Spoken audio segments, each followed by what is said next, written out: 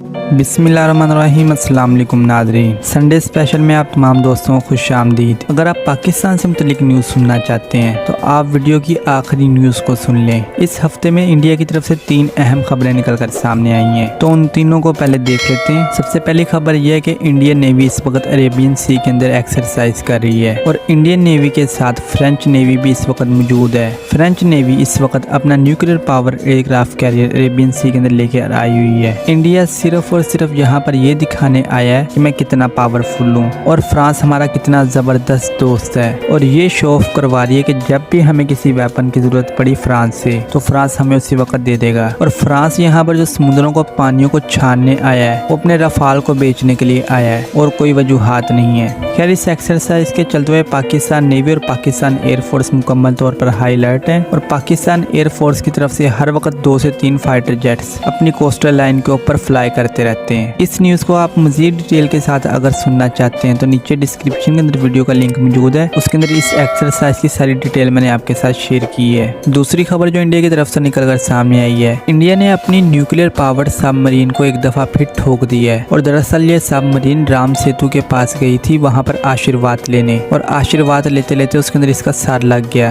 खैर, ये न्यूज़ कुछ इस तरह कि इंडिया ने एक बहाना किया कि हम अपनी सबमरीन को अपग्रेड कर रहे हैं, लेकिन कुछ तस्वीर ऐसी निकल कर सामने है जिससे ये पता चल रहा है कि ये सबमरीन क्रैश हुई है और इसको कोई बड़ा हादसा पेश आया है। खैर, इंडिया इस बात को मुकम्मल तौर पर छुपा रहा है क्योंकि आगे ही इंडिया ने सबमरीन्स और फाइटर जेट्स को गिरा कर उनके बनाने वाली कंपनीज का भी नाम डुबोया है और अपना तो डुबोया ही डुबोया है। अब इस वक्त इस सबमरीन के ऊपर काम चल रहा है, देखते हैं कि सबमरीन दोबारा कब रेडी होती है और दोबारा कब फिर क्रैश करती है। खैर, जब किसी पागल के हाथ ऐसी चीज लग जाए उसके साथ ऐसा ही होता है। वो चीज चाहे जितनी मर्जी जबरदस्त हो, जितनी मर्जी एडवांस हो, पागल ने तो उसके साथ इसी तरह ही करना है। अब एक मोटरसाइकिल वाले बंदे को हम फाइटर जेट पकड़ा दें तो आप खुद समझ सकते हैं क्या होगा। और वो मोटरसाइकिल वाला बंदा भी ऐसा हो जो हर वक्त नशे के अंदर टून रहता हो तो उसने अपनी तो घंटियां बजानी है, साथ उस चीज की भी माँ बहनें कर देनी है। यही सब कुछ इंडिया के अंदर हो रहा है। इससे अगली जो खबर है इंडिया से, भाई तेजूलाल के पीछे से किक लगाकर इंडिया वालों ने उसको अपनी परेड से निकाल दिया है और इंडिया के यूट्यूबर्स बिल्कुल उनके मीडिया की तरह झूठ बोल रहे हैं और इसको डिफेंड करने में लगे हुए हैं। देखें, बात कुछ इस तरह के तेजस के बारे में ये कहा जा रहा है कि ये एक सिंगल इंजन पर मुश्तमिल फाइटर जेट है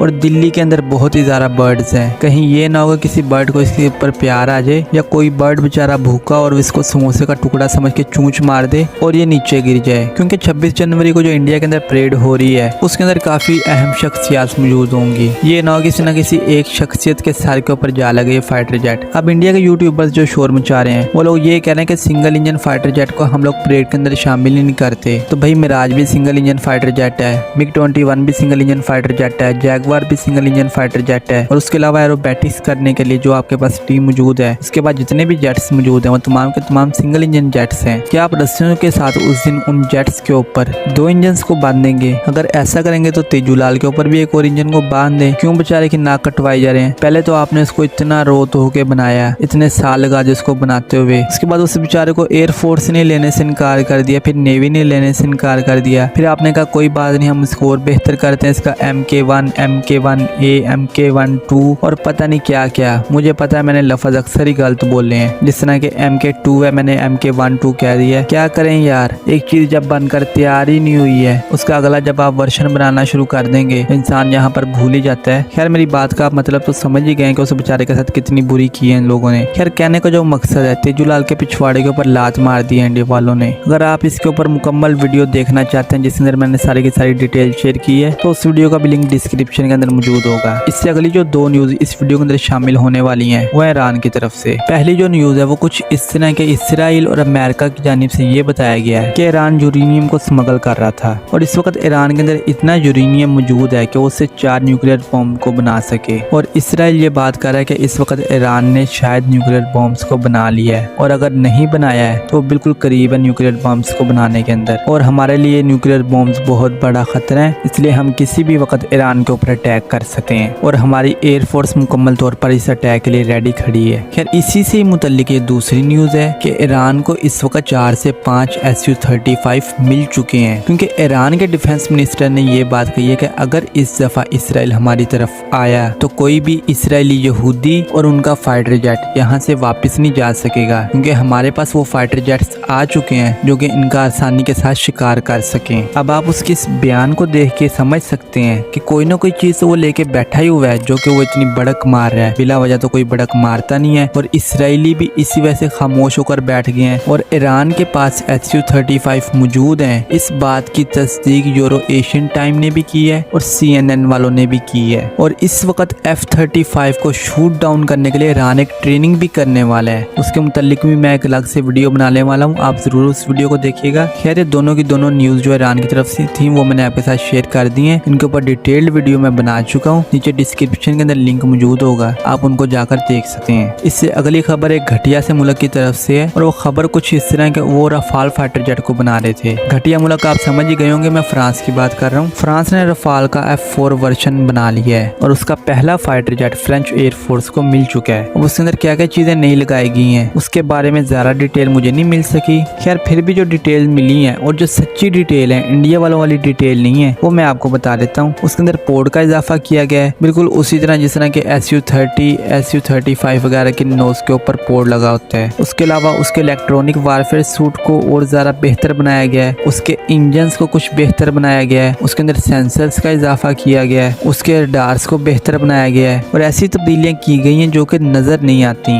अगर रफाल के पुराने वर्जन और नए वर्जन को एक साथ खड़ा कर दिया जाए तो आप लोग उसको देखकर बता नहीं सकते कौन सा नया वर्जन है और कौन सा पुराना वर्जन है। खैर इससे अगली खबर है अमेरिका की तरफ से। अमेरिका के पास कुछ जेट्स मौजूद थे, अमेरिका ने उनको रिटायर कर दिया था, अब उन्होंने दोबारा उनको सर्विस के अंदर ऐड कर लिया है। उसकी वजह यह है कि एक तो वो स्टेल्थ है और दूसरी वजह यह है कि चाइना इस वक्त बहुत तेजी के साथ फाइटर जेट्स को बना रहा है और चाइना इस वक्त अमेरिका की सरदर्द बना हुआ है। तो जब तक America 6th generation fighter jet नहीं बना लेता या F-35 को और ज्यादा तादाद के अंदर नहीं बना लेता तब तक के लिए उन्होंने F-114 को अपनी सर्विस के अंदर ऐड कर लिया है। अभी वो फाइटर जेट्स इस काबिल नहीं है कि वो उड़ सकें, कुछ फाइटर जेट्स इस काबिल हैं, उनको एयर वर्दी करने के अंदर कुछ टाइम लग जाएगा। अब ये नहीं पता कि कितना टाइम लगेगा क्योंकि जो कंपनी उसको बना रही है उसने उसके लिए दोबारा से इक्विपमेंट को बनाना है। एक किस्म का आप यही समझ लें कि एक डाई लगी हुई थी, उसके ऊपर कुछ जेवरात बन रहे थे, अब वो जेवरात पुराने हो गए, उस डाई को उतार कर जाया कर दिया गया है, लेकिन अब दोबारा से फिर उन जेवरात की जरूरत पड़ चुकी है। अब जब उन जेवरात को बनाना है तो उसके लिए उस डाई को भी दोबारा बनाना पड़ेगा।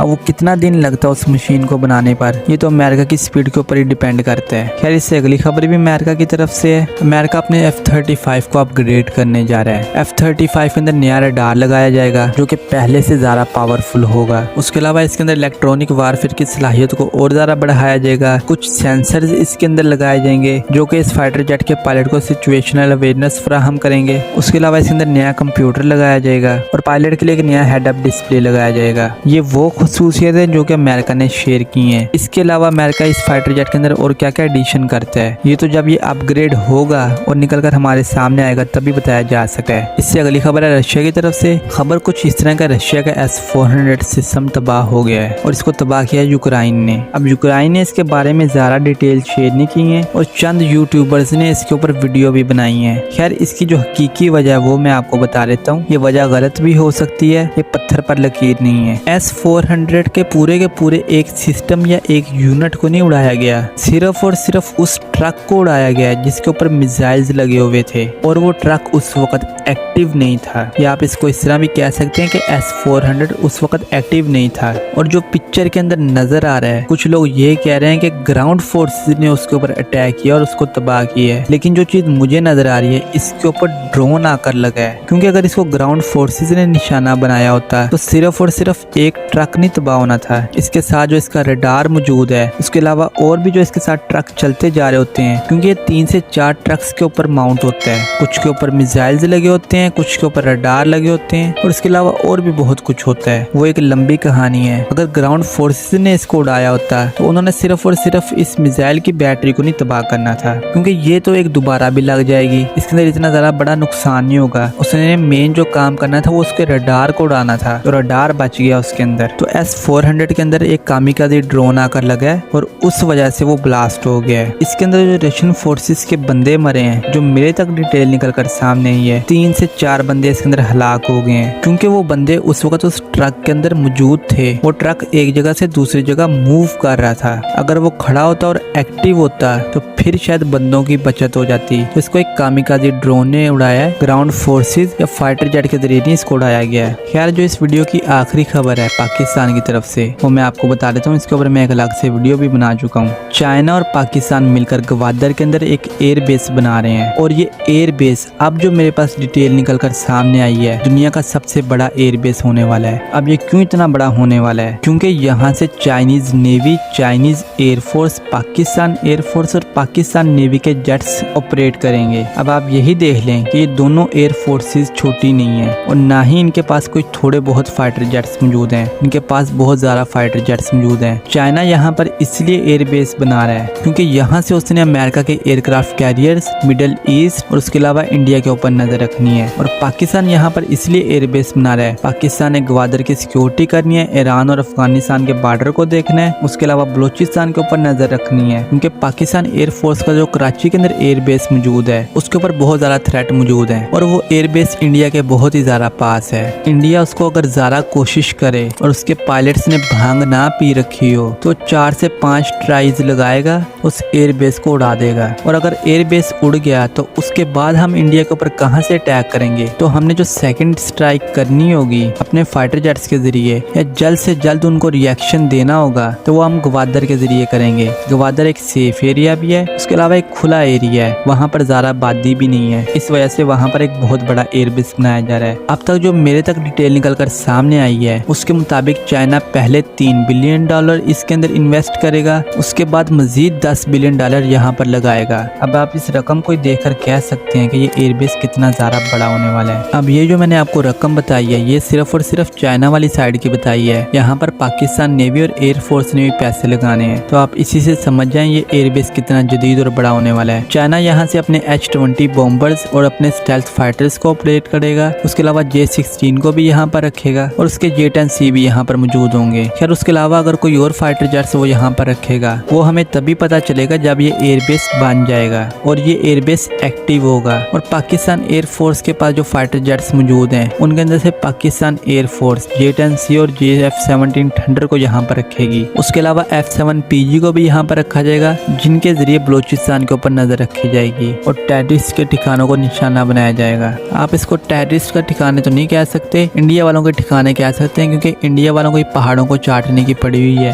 खैर ये इस एयरबेस की डिटेल थी, इसके ऊपर मैं एक डिटेल्ड वीडियो बना चुका हूँ। ये बात मैंने आपको पहले भी बताई है, लिंक डिस्क्रिप्शन के अंदर उस वीडियो का मौजूद है। अगर आप उस वीडियो को देखना चाहे तो देख सकते हैं। तो ये था आज का संडे स्पेशल एपिसोड। अगर आपको ये पसंद आया तो इस वीडियो को कर दें लाइक, और मजीद ऐसी वीडियोस देखने के लिए कर लें इस चैनल को सब्सक्राइब। तो मिलते हैं अगली वीडियो के अंदर, तब तक के लिए अल्लाह हाफिज।